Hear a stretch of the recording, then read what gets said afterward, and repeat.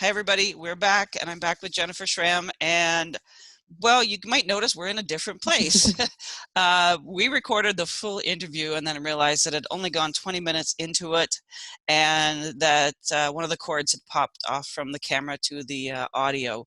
So we didn't have the rest of our interview. So we figured, let's just pop onto Zoom here tonight, finish our interview, we'll splice them together, and as you're seeing this tomorrow, you will see them come together, but you will see that, well, there's some horses behind us, but not real ones. And there's one of my horses right there. There you go. That would be right there. There we are. Yeah. So anyhow, it is what it is. And as the horses do, we just move with it and roll with it. So we finished off sort of our third question about talking about how you and I, like what we do with the horses and how we share their voice and their wisdom. So we're going to move into the next one, and that is like, how do we create space? How do you create space for horses and humans to flourish, to evolve, transform? Yeah, what do you do for each of them? So I'll leave it over to you to, what do you do with that? Can you repeat that, Linda? Yes, for sure. Like, how do you create the space for horses and humans, like that safe space? I know we had it in our heads this morning. Get back to it. I'm like sitting here like, so you asked me. Like, that's okay. It's okay. What? Okay. No, yeah, that safe space for horses and humans to be safe. That's okay. That's cool. Okay. So I think like this morning what we did is I chatted about the horses or the people, and then you chatted about the horses. So I think first of all, like when we in horses and people in my work is just as important. We want to keep the horses safe and we want to keep the people safe. And in order to keep the people safe, I think the most important thing that we need to do is help people be more connected to their bodies. Because the reason that we're not keeping ourselves safe is because we're not connected to our bodies. We're not listening to our bodies. We're not being authentic with what we're feeling. So we might feel really scared and be like, oh, I'm actually okay. Or we might be angry and, oh, I'm okay. And so when we actually don't know and we're being incongruent, we can't keep ourselves safe. So I think one of the most important things is to really check in with people and make it safe for them to share what it is they're feeling, whether it's being scared, whether it's being angry. And even prefacing that, because horses are actually even, I don't know, necessarily scared of people, but they're not as attracted to people unless the people are congruent. So I think that's one important thing. I think also helping people understand boundaries and looking at their like involuntary response, again, becoming more aware of their body. So when they, I know even I've been guilty of this myself. If a horse approaches, I'm like, oh, isn't the horse so cute? Look, it likes me. Its head's on my shoulder. It's biting me. Oh, it's so cute, right? Oh, the horse likes me. But if I checked in or tuned in with my body would maybe be saying like, this isn't safe or this doesn't feel good. But my head is saying, oh, it's so cute. It likes you. So it's really about helping people understand the difference between that as well. Yeah. So I think that's important. And also keeping people safe. So if people are scared of the horses, then we stay outside of the paddock. And some people are scared of horses, actually quite a lot. And at times, when I do have people come, I'm like, we don't have to go into the paddock until you're ready. And so we're really creating safety. There's no rush. I think you were saying this morning, it's like the patience, right? I'm stealing that from you. The patience is really important, and we're not in a rush. Like if it takes us, a few sessions to touch a horse or to go near a horse, then that's okay. And if we need to stand outside the paddock, that's okay. So I think it's really making it a safe enough environment for people to share what they're feeling, and also to become more aware of what they're feeling. Because a lot of times, even when we're saying I'm not scared, we're lying to ourselves, but we don't even know we're lying to ourselves. Exactly. Yeah. And you don't work in large groups, do you? You don't tend to work in a large group of people. Yeah. Well, if I were to have a larger group of people, I would have someone like you come and help me. Yeah. Right. Yeah. So I wouldn't, or, even when I do my silent retreats, I always, have a few people like volunteer there, depending on how many people I have, one or two, to keep both the horses and the people safe. And on my own, I would only work with one or two or three people at once, and unless I had more support. Absolutely, yeah. We talked about that. I think this morning is that time and space too. Is that, and you said that is that time for people to be, to get to where they need to be, and not for us to rush for an outcome. Yeah. Not as a facilitator or somebody, sharing that space with a client and a horse, is not rushing for an outcome Mhm. and giving Mhm. them that space, or that Mhm. time to do that. Mhm. Absolutely, yeah. We also talked, I think, if I recall, a little bit about ourselves, like how do we keep um, that space safe, but also that space open to transformation, of evolution, however we want to Mhm. do that, is making sure that us as facilitators are not projecting. And we're Mhm. not. And Mhm. I remember talking a story this morning that I had facilitated a short session with you when I first met you, Okay. Yeah. Yeah. and I had in my mind, as we were going through it, and you were, doing the exercise. I remember my head going, "Oh, this. I think this is what she's thinking." But that other voice in my head was going, "No, no, no, no, no. That's you. Don't say anything, and just see what she says when she comes out." And when we did our debrief, it was nothing even close to what you were going through. And Mhm. I never shared what I thought, and that was on my own projection. So I think to keep the horses and the clients safe, it's as much as what we're thinking and doing. Mhm. We often talk about the space Yeah. of the clients, but there's us too involved in that equation, Absolutely. and we have to be Absolutely. aware of that too. So, I think that's really important. hmm Yeah. yeah. And then with the horses, so keeping the horses safe, do you have any thoughts on that? Well, I think you nailed it really there. Is how are we approaching that? So, what is the energy we're bringing to that? We talked Mhm. earlier about having horses close to nature as possible, and that there's safety in that. But I don't work in big groups. I try not to work Mhm. in big groups at all. That's just a lot of Mhm. energy to bring to horses, and Mhm. Yeah. of course listening to horses, keeping them Yeah. safe and Yeah. listening to them. I don't want to, that horse moves away. They don't want to take part of that moment. Yeah. They're This is Yeah. their session, not ours. Yes. It's their session with their human at that moment in time, and if they are saying no, then we respect that. And I think there's a lesson Yeah. learned in that for the client too. Yeah.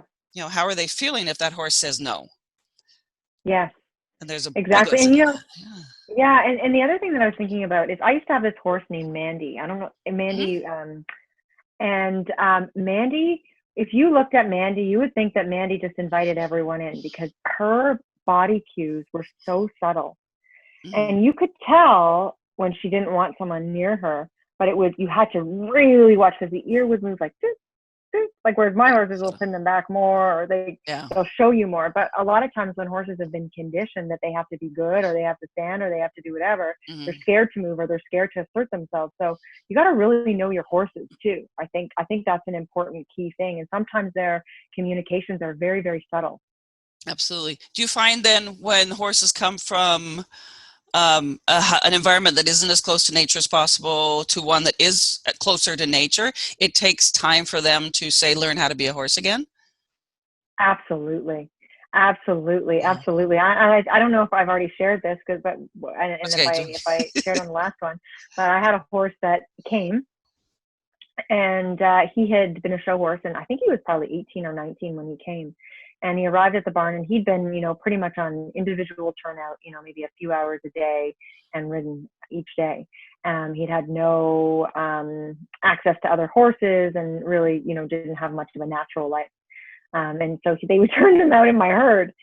And he was just like a deer in the headlights when he first came in. He's like, look, he didn't know what had hit him. And he Yeah. had all this space and big, huge paddocks where he'd been used to like a really nice, like a small paddock. And, here he's on like 10 acres or, 5 acres and he's like free and he's with mares. And I don't think he'd ever been near a mare before either. Yeah. Yeah. And so the first couple of days he was like, stunned. Yeah. And then all of a sudden, after a couple of days, he started mounting my mares and he was running around the paddock and just like mounting them like constantly and constantly and constantly, and he was just really freaked out. And he was a horse that actually probably couldn't live in a paddock, right, Yeah. or live out full time with other mares. I think he's good if you put him just with geldings, but some horses haven't been gelded Hmm. like fully, Yeah. and sometimes then they're a little bit more steady. Yeah. That Absolutely. was So yeah, situation. So in that case, yeah, it's that horse just he didn't work out for my didn't program. work out. Yeah, and that's a big part. Yeah, Mm-hmm. that's how we keep people safe, is to knowing horses, Mm-hmm. knowing having that background knowledge Mm-hmm. of horses and their body language, and and giving Mm-hmm. them that space and time. Excellent, excellent. Yeah, and I Yeah. think, yeah, knowing your horses, I think that's a really important thing, as you're saying, right? And Mhm. making sure people are safe, as in like that we know our horses, and we're not just, if I had to put people out with him, it might have been a problem, right? Or Yeah. vice versa. We want to make sure that the horses are feel comfortable with people too. Yeah, yeah. And there's so much learning, and there's so much richness in those lessons, just in Yeah. that observation and those stories of why doesn't that horse want to be that guy? Oh, well, I felt like that once too. There's Yeah. so much richness in that we can learn as humans in even those little lessons of just watching them and learning about them. Yes, It's not exactly. necessarily it's always an activity or an exercise we have to do. It's in Yes. that observation. Yeah. And I know more Yeah. and more Watching the people now. dynamics. Yeah, more and more Yeah. people now are going to say, then compared to 11 years ago or 10, 11 years ago, um, more and more people going to Yeah. observational teachings. Yeah. My As work's moved a lot in that direction. Yeah. Yeah, absolutely, absolutely, yeah. Okay, so let's get on. This is a fun part of it. Let's get on to some stories. So, Okay. can you share with us your story of how horses came into your life Okay. in a short, Yeah. yeah, like how they came into your life and what they've sort of meant to you. Yeah. So, I was pretty much born, like, I think I was 6 months old when my parents moved onto a portion of my grandfather's farm.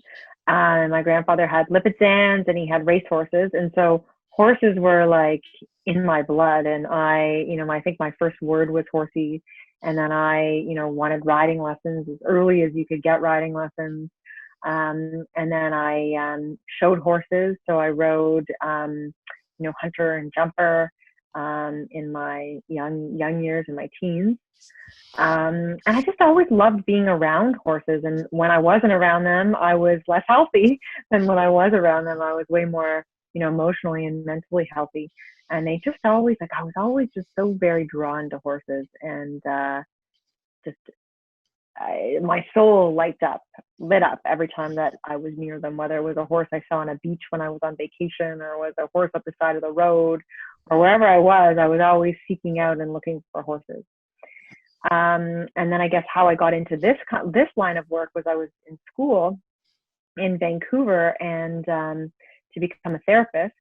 And one of the women at the school knew that I loved horses, and she knew that there was this woman coming to town that did equine therapy in Arizona. She'd done a lot of work with mental illness, and CR Tucson, which is a hospital, I think mostly for mental illness in Arizona, is very famous.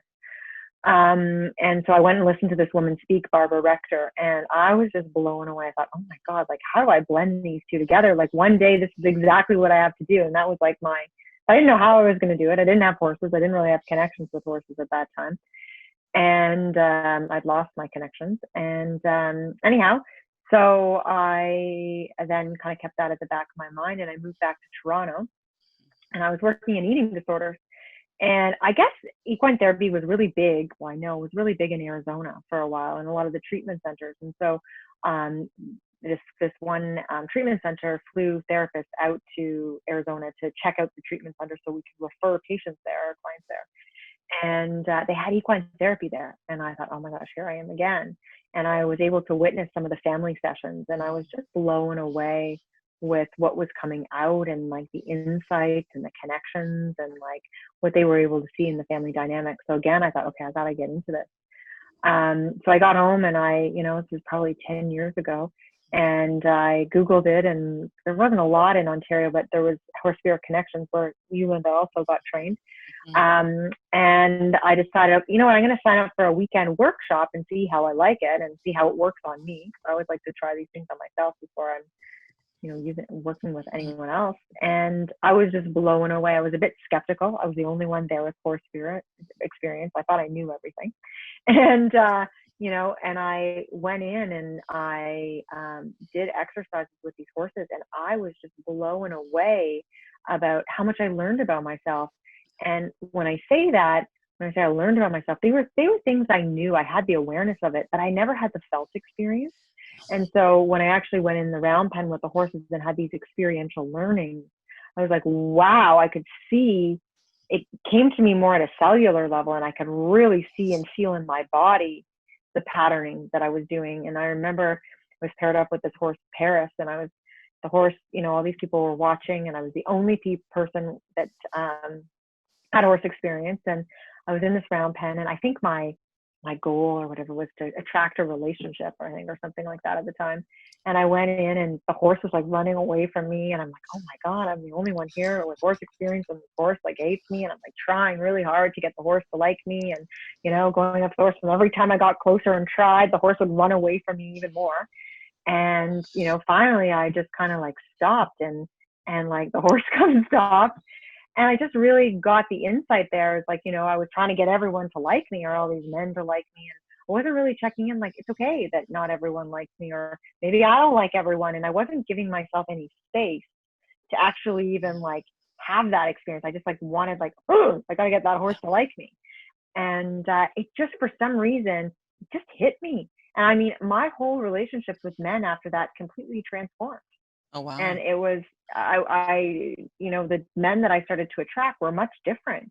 And I wasn't chasing after them. And I was like, okay, well, do I even like this guy? And I started asking myself those kinds of questions rather than like, okay, I got to get this like guy to like me because I have to, and every guy has to like me. Yeah. And he looks good on paper.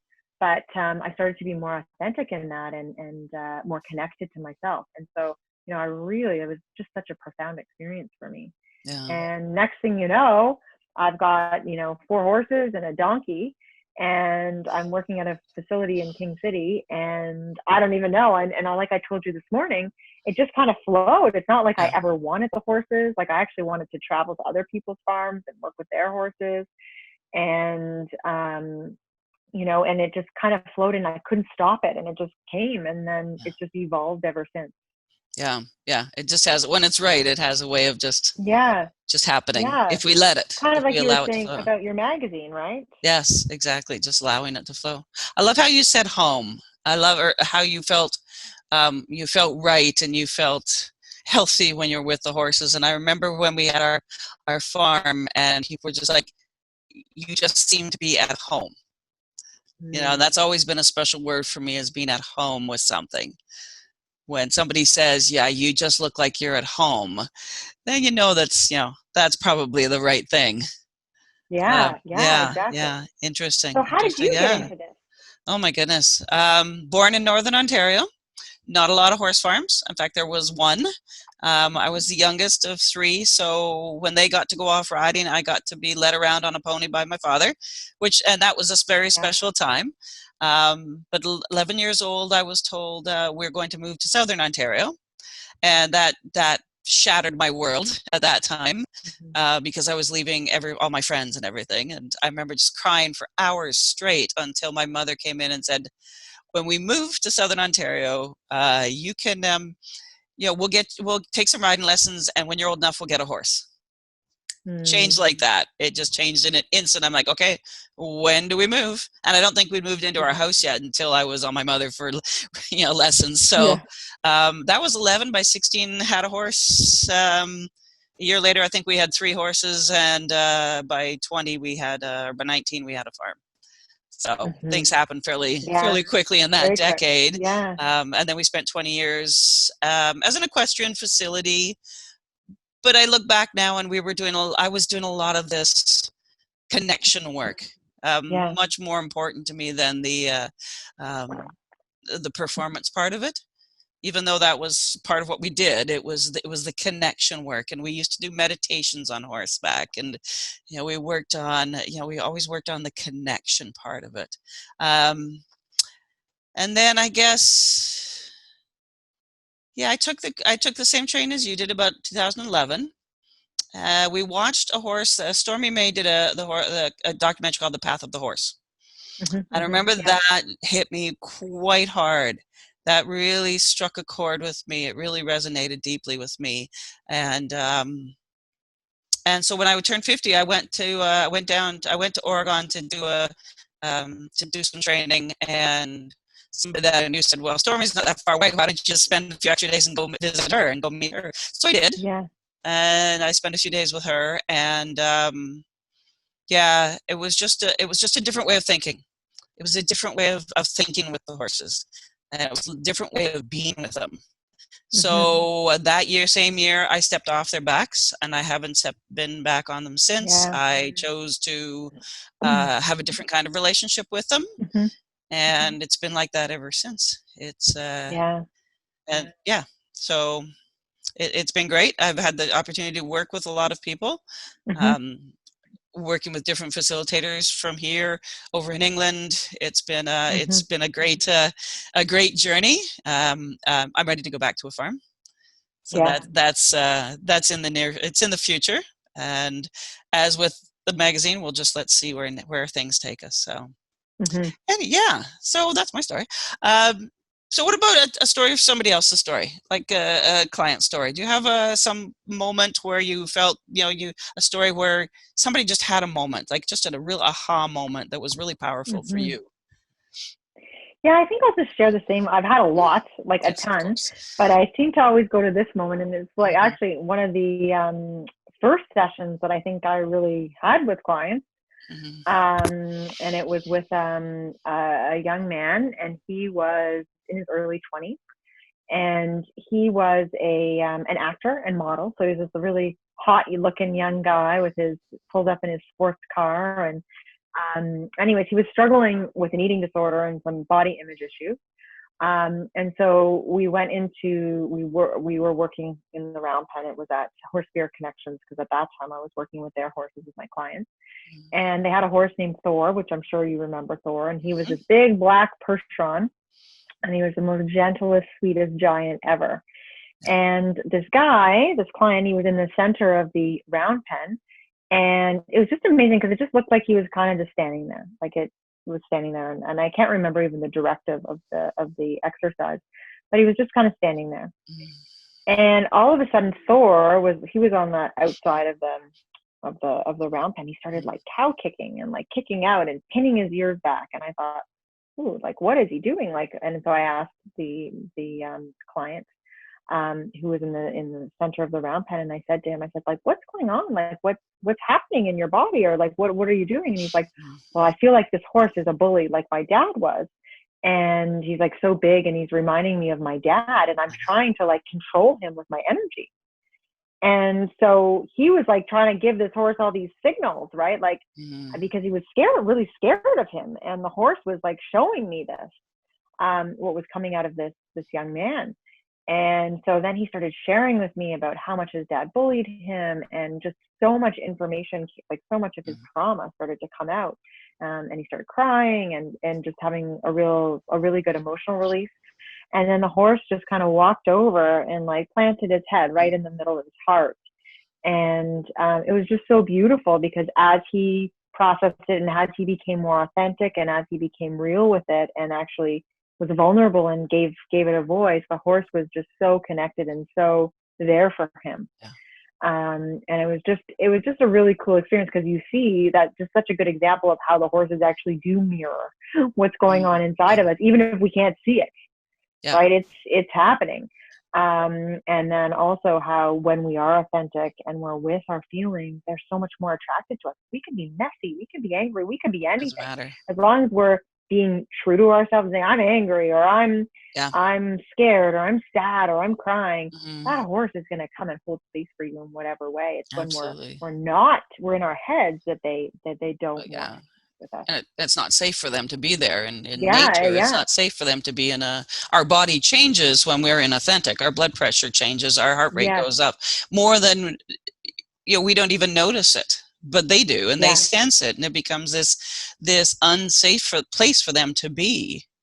and they Yeah. just want to move away from that. So Yeah. it's really interesting. As soon as, like you say, as soon as, even if it's messy, as soon as we make that change in our body, Hmm. Absolutely. immediate change in them too. And then Yeah. And it's, they verify it. yeah, Yeah, absolutely. actually, It's like, yeah. my horse 50, I've had so many experiences with him, and you just put someone in the round pen with him, and that's it. You just put them in Leave it there. alone. And the next thing you know, this person is like, their like deepest, darkest secrets are coming up, and they're crying, and they have trauma from 30 years ago. And he just brings it to the surface. And if you were to look as an outsider, what's going on, you just see someone standing beside a horse. But Yeah, it's like this unexplainable stuff that comes to the surface, and he's just so good at that. yeah, He's done yeah. it. I've just seen him do it so many times, and you don't see anything, but the person's experience is just like so deep and so profound. Absolutely. And our last magazine was about the science and the magic, and we can explain a good part of it with science, but Yeah. there's so much magic that is unexplainable. Yes. It's just like, I don't know how that happened. Yeah. Yeah. It was interesting as you're talking there. I remember a client once that came out for several sessions, and we used at that time I used different farms. So I Okay. remember the first session coming out to the first farm, and they were standing in front of a field of horses, and just that was it. That was enough to bring everything up to the surface. And so we talked a bit like, what's going on, and it was like, I just want them to love me. Hmm. So we did a little bit of some exercises, but the body wasn't feeling anything. Everything stopped here. Hmm. It was there. Hmm. Everything stopped here. There was nothing below that. Absolutely Hmm. nothing below that. And and we talked of past, and that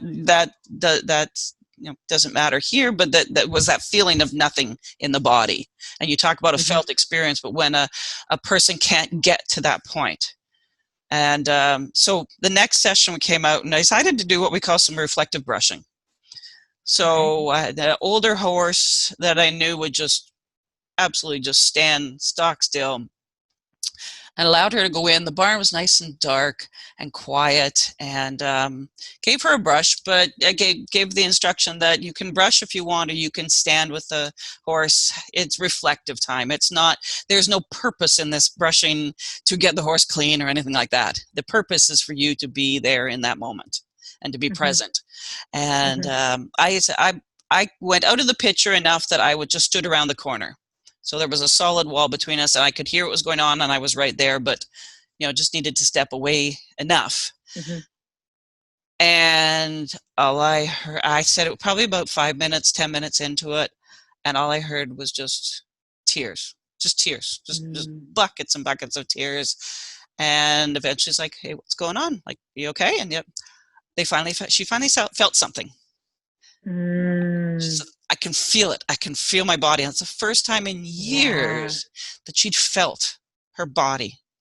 Like she'd felt Yeah. it. She had pushed down so many feelings due to trauma, just so much been pushed down that Hmm. the body just was shut down. So for her Hmm. to bring that up enough, and for the horse, Yeah. and it was, for me, it was holding space and allowing the horse to just do its thing, Hmm. and Hmm. let that space happen. And it was magical.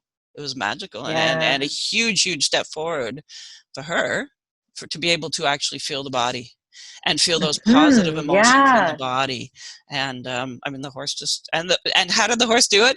He did it just by being a horse, just Yeah. by standing Yeah. quietly and being the horse and staying, okay, I'm this is me putting my words into it, but it was like, I'm here for you, and I'm going to stand here with you as long as it needs to Hmm. be. Hmm. And Hmm. it was just it was a beautiful How moment. beautiful. Yeah, Yeah. yeah. Yeah. So interesting. And like you say, there's so many stories, and yourself and all the people we have Hmm. interviewed so far, I'm sure we could do hours and hours of stories, Yeah. interesting and very powerful stories.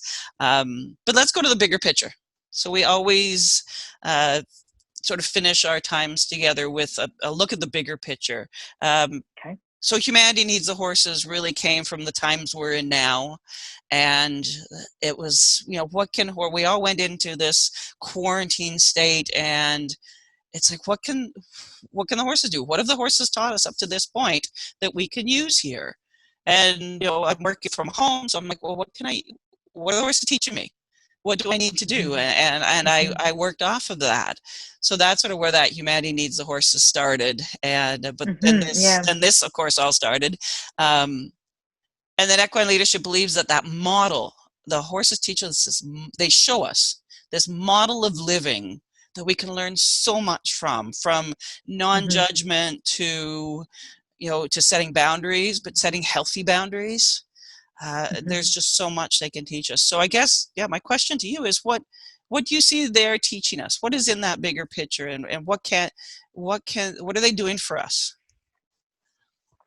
Well, I think, and now there's a million things that I could sit here and say, but just kind of like going with the flow of our time here, and sort of what I've been talking about and learning in my own life as of late, is they can really teach us to be in our bodies, because they're very much in their bodies. And so we've been talking about this head, this heart, this gut, all these connections that we have. And I think what the horses are just really profound teachers at is teaching us to be in our bodies, because we have 60,000 thoughts a day. We're mostly focused on our intellect. What should I do? What could I do? Blah blah blah. I should do this, I should do that. Our conditioning, all of these thoughts and beliefs, and very few of us are actually connected to our bodies, or we've desensitized ourselves to our involuntary responses, to our body's messages, and we go to our head before we actually listen to our bodies. And when you're working with a horse, you can't be going to your head, or the horse is not going to be following you. It's certainly not going to be going near you. You have to actually be embodied, and also to communicate with the horse. And they're just so deeply present themselves. And it's like, they're eating, they're drinking, they're listening for predators. They're very much attuned to their environment and to their bodies. And I think that's a huge gift that humans, especially right now in this world, we can learn. Everyone's on their cell phone and computers and all these things, that we actually lose that connection to our body. And I think being around them or watching them helps us to connect to that. Just like you were sharing that story about that woman who just, I can feel my body, because so many of us are living in our heads most of the time. So that's what I think, that's one of the biggest things they've taught me, is to actually be okay with being here. And I really honor that in you, and knowing you, and you do. I see that, and you do honor that. If it's messy or not, whatever it is, you honor that and you speak it. Doesn't matter what anybody else thinks. You speak that truth, and I really honor that, and I admire that in you. And sometimes like, oh, geez, yeah, I get it. She really, weird. that's it. Yeah, I really do that, because it do think so. It's you embody that, and you live it, and others see that you live that, and you're like, oh, I'm not feeling this today. Yeah, or it's not feeling good. Yeah, it's like, okay. Yeah, exactly. Something feels off. But then, as us knowing each other, we, learning to honor that, to say, oh, okay, I'm going to trust that your body is saying no right now. Yes. And that's what about that? How do we take that into relationships, be it friends, be it partners, be it whatever? How do we learn that in relationships? And the world is made of relationships. And how do we learn that relationship to honor that? First, honor it in ourselves, but then honor it in somebody else, and say, okay. Yeah. Instead of getting upset about it, it's like, oh, okay, I'm going to trust that that's the right thing to do. Yeah. So that's interesting. And I like how you say it's that felt experience. That's a really a unique way to say it. I haven't heard it said that way before. Is that felt experience? Yeah. Interesting. I think I would put, for me, and I talked about this morning. I'm going to stay with it. Is authenticity. But I see authenticity in 3 different ways. Yeah, and it's something that we created for our classroom work, and it's a authenticity model. so to speak, Mhm. but in the three different ways. And I think horses show us each way, Mhm. on different levels and in different ways. But first of all, being authentic to ourselves and what we want to do in life. So if I'm working a corporate job, but I really want to be a photographer, am I honoring that? Yeah. Or am I not doing Yeah. it because I have to be making the money, or I have to have the status and this and that, where I really deep down want to be doing something else? Am I Mhm. happy in what I'm doing? So that's the one, authenticity. The next one is speaking my truth Mhm. in my conversations. Am I having authentic conversations? And I go back to something I remember. Oh my goodness, it was in my teen years for sure. I probably, grade 9, grade 10. I remember sitting with a friend, and we were listening to music, and some song came on, and she's like, "I love this song," and I'm like, "Oh, I do too." And I remember Mhm. saying Yeah. that, but deep down, I'm like, "Oh, I really don't like it," but I'm going to say it because it's a cool thing to say now, and you're cool, so I want to hang Yeah. out with you. So it was that. And I get it. It's amazing what sticks with us over the years. And Yes. these tiny little things that we actually Yeah. need to have because we actually learn from them. And to me, that was just an inauthentic conversation. I Mhm. wasn't being authentic Mhm. to myself and saying, you know what, no, I really don't like this song. I'll listen to it, Mhm. but it's Mhm. not my thing. Yeah. So that's that, being authentic in our conversations Yeah. in a kind way, but being real.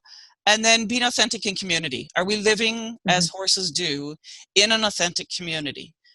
And I Mhm. think I can just think of all animals live in an authentic community, but the horses, just because our Mhm. relationship with them, show us that non-judgmental, those setting boundaries, but not staying with it. Yes, I'm going to set a boundary. Mhm. I might put my ears back, as they speak. I might say no in a strong way at this moment, but then I move on. Just like Mhm. children, and children say, "I don't like you right now." And it's like, but then next minute, Yeah. I love you. It's like they're just Yeah. being in the moment. And Yeah. horses teach us that authentic community and what it looks like, Yeah.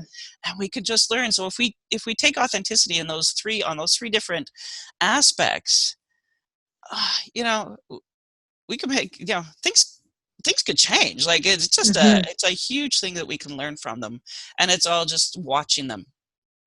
Yeah. They're just being horses. Yeah. They're just being themselves too. Yeah, exactly. And there's no guessing, there's no passive aggressiveness. They're not lying to Exactly. each other. It's just like ears pinned back, a little kick, a little bite. Yeah, you know. and that's just their Yeah. language. They're And thousand then pound they animals. graze, yeah, and then they just graze together again. They Yeah. don't take it personally. Well, yeah, and that saying, going back to grazing, is such a big, Yeah. like, I'm going to do that, and then I'm just going to go back to grazing. Mhm. Yeah. So yeah, it's interesting. Yeah. Okay. So then we always finish with a call to action. Okay. So for our listeners, our viewers, what's a call to action? If you were to, just take a moment and be with your herd, or yourself, what's that one call to action you would ask of people or suggest? Well, I think I'm going to go with the same one I went with this morning too. And being on, oops, my computer's falling off its stand, um, is going with the same theme of this whole body theme. And I would, Mhm. a call to action would be to start to pay a little bit more attention to your body and notice, is my stomach's hurting today? Maybe ask my stomach, like, is there something you need, or is there something you want to say? Like, what are you trying to tell me? Yeah. Or do you have a message for me? Or maybe my throat hurts. Yeah. hmm okay, like, do you have a message for me? Is there something going on? Is there something that you need to say?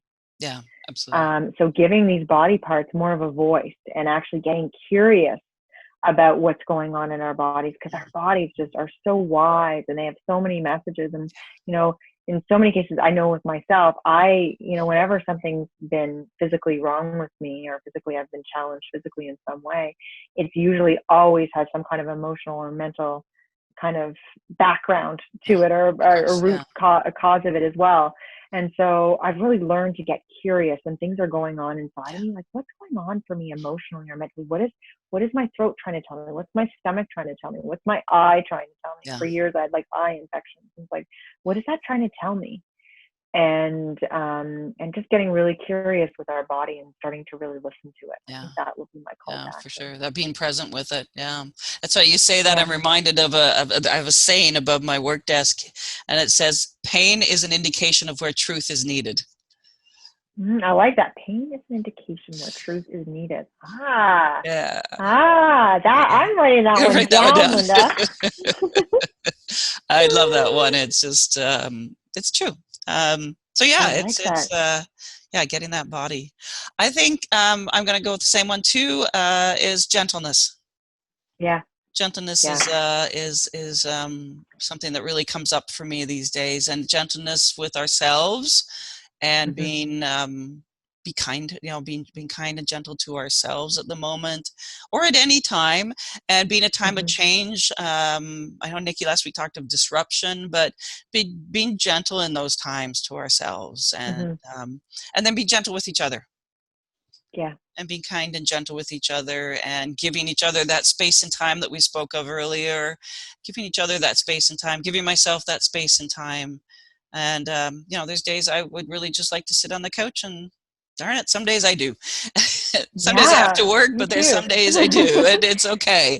And yeah, I think that gentleness, if we could all just be a little Yeah. gentler with ourselves and each other, then yeah, we might see stuff. Yeah.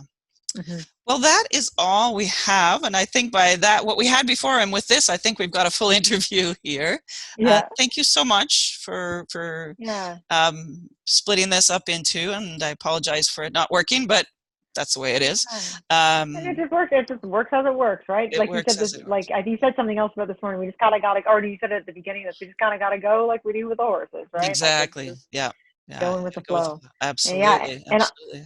and I really want to thank you for, Hmm. all the work that you do and the magazine that you put out and these Yeah. interviews that you put out and all of the contributions that you make to the horse community. Like you, Linda, like wow.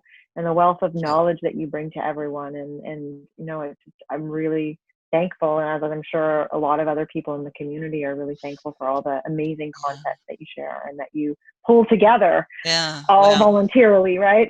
absolutely. Yeah. So Yeah. It's a project of the heart. I always call it that. yes, So thank you very much. I absolutely. appreciate you So saying thank that. you. Yeah. I appreciate that. Hmm. Next week will be our last one. This is number 8. Next week will be number 9. We have the artist Kim McElroy will be joining us for an interview, so that will be super exciting.